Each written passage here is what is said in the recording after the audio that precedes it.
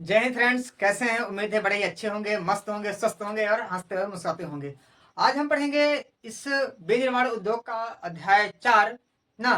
इसमें हम पढ़ेंगे लौह इस्पात के उद्योग के बारे में। मैंने आपको बताया था कि वास्तव में विनिर्माण उद्योग क्या होता है, उसका भाग 1। दूसरा मैंने उद्योग के प्रकार बताया था। और तीसरा मैंने 3 उद्योग जो कृषि पे आधारित थे, जिनका नाम है सूती वस्त्र उद्योग, पर्सन उद्योग और एक है चीनी उद्योग। तो इसमें से आज इसका चौथा भाग है, जिसका नाम है लौह इस्पात उद्योग। यह आपके एग्जाम के लिए ये भी एक बहुत महत्वपूर्ण रोल अदा करता है और इससे लगभग प्रश्न हमारे एग्जाम में आते हैं। इससे 1-2 नंबर के तो प्रश्न जरूर ही आते हैं। तो कृपया इस वीडियो को आप पूरा अंत तक देखें ना।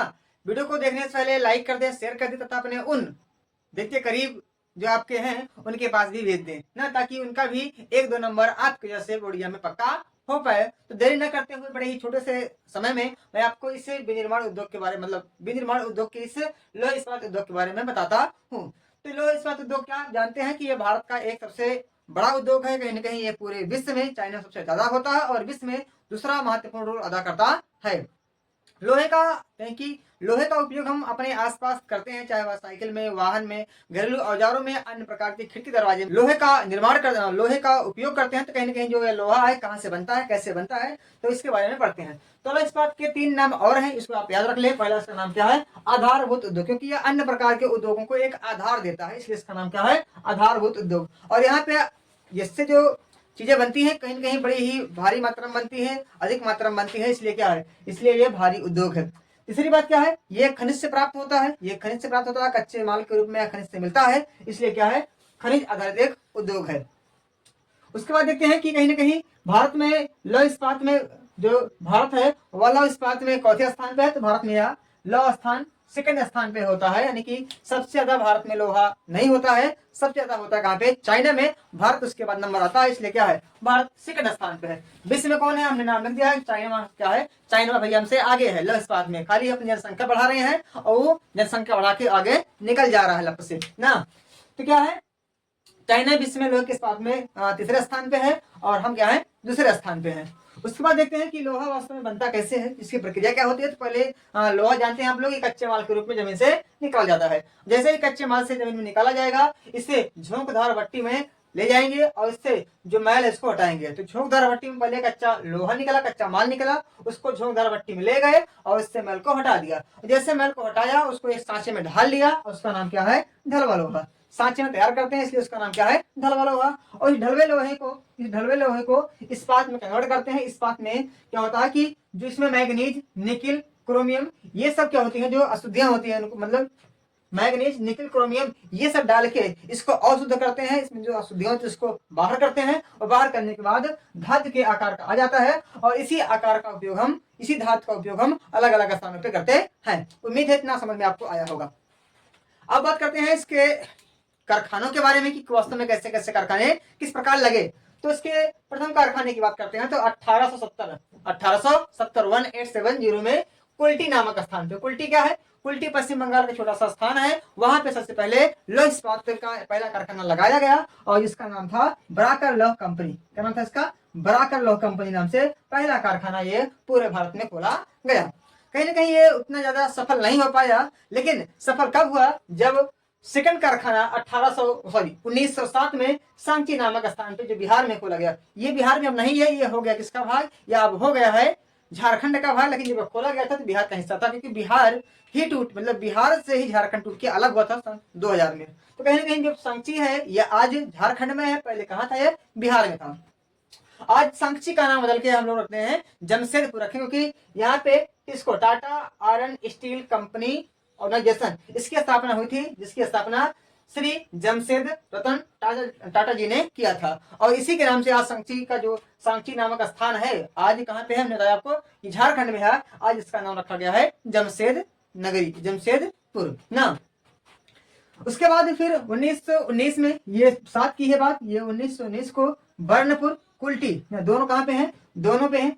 कुल्टी नहीं, बर्नपुर और कुल्टी, ये दोनों स्थान पश्चिम बंगाल के हैं। दोनों कारखाने हैं, इन कारखानों को मिलाया गया और इसका नाम रखा गया इंडियन स्टील कंपनी ऑर्गेनाइजेशन, यानी कि इसको पहले क्या था, इसको था, अब क्या बन गया, इसको बन गया ना।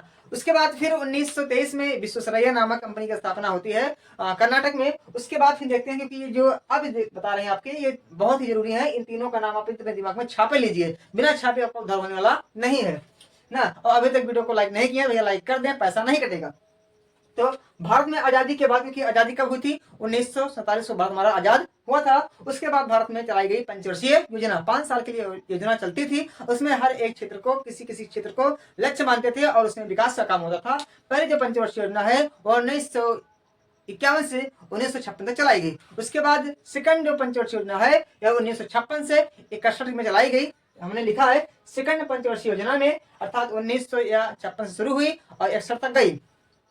तो उसी में 3 कंपनी, मतलब 3 लोहे की कंपनी जिनका निर्माण किया गया, जिनकी स्थापना की गई। पहले का नाम है 1957 जिसकी स्थापना हुई, इसका नाम है भिलाई लौह इस्पात संयंत्र। भिलाई लौह इस्पात संयंत्र नाम, अपना नाम इसको याद रखेंगे। ये कहाँ पे है, ये छत्तीसगढ़ में है। कहाँ पे है, छत्तीसगढ़ में है। और इसकी जो स्थापना हुई थी, एक हमारा बहुत ही परम मित्र देश जिसका नाम है रूस की सहायता से इसकी स्थापना हुई थी। उसके जस्ट तुरंत 2 साल बाद, उसके 2 साल बाद 1959 में और 1968 में राउरकेला एक स्थान है जो कहाँ पे है, उड़ीसा में है। यहाँ पे राउरकेला नामक स्थान पे राउरकेला नाम से लौह इस्पात कंपनी की स्थापना की गई, जो जर्मनी के साथ की गई। और 1959 में ही ना दुर्गापुर, जो कहाँ पे है, पश्चिम बंगाल में, कहाँ पे है, पश्चिम बंगाल में ब्रिटेन की सहायता से कंपनी की स्थापना की गई। 3 का नाम याद रखेंगे, 57, 59, 57 में क्या था, भिलाई, और 59 में राउरकेला और दुर्गापुर। भिलाई छत्तीसगढ़ और राउरकेला उड़ीसा, दुर्गापुर पश्चिम बंगाल, ये राज्य का नाम है, ये उन स्थानों का नाम है। और इन्हीं के सामने जोड़ देंगे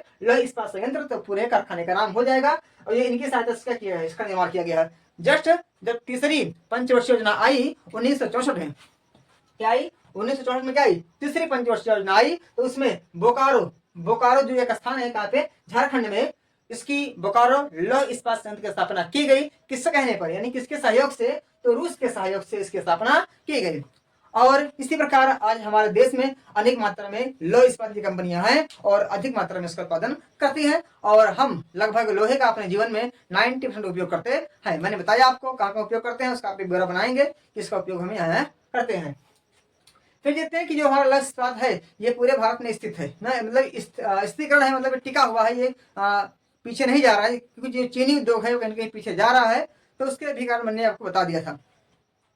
जो स्थानीयकरण है, इसका मतलब स्थानीयकरण के कारण क्या है, यानी कि काहे लौह इस्पात हमारे यहाँ टिका है, ये फेल नहीं हो रहा है, सफल हो रहा है, लगातार आगे बढ़ता चला जा रहा है। इसके 3 कारण है। यहाँ पे भारत में अधिकांश मात्रा में लौह इस्पात मतलब लौह के लिए जो कच्चा माल है ये भारत में अधिकांश मात्रा में मिलता है, इसलिए क्या होता है, ये चीज यहाँ पे पाई जाती है। उसके बाद क्या लगभग हमारे यहाँ विद्युत की आपूर्ति होती रहती है, जिससे कारखाने चलते रहते हैं, कोई प्रकार दिक्कत नहीं रहती है।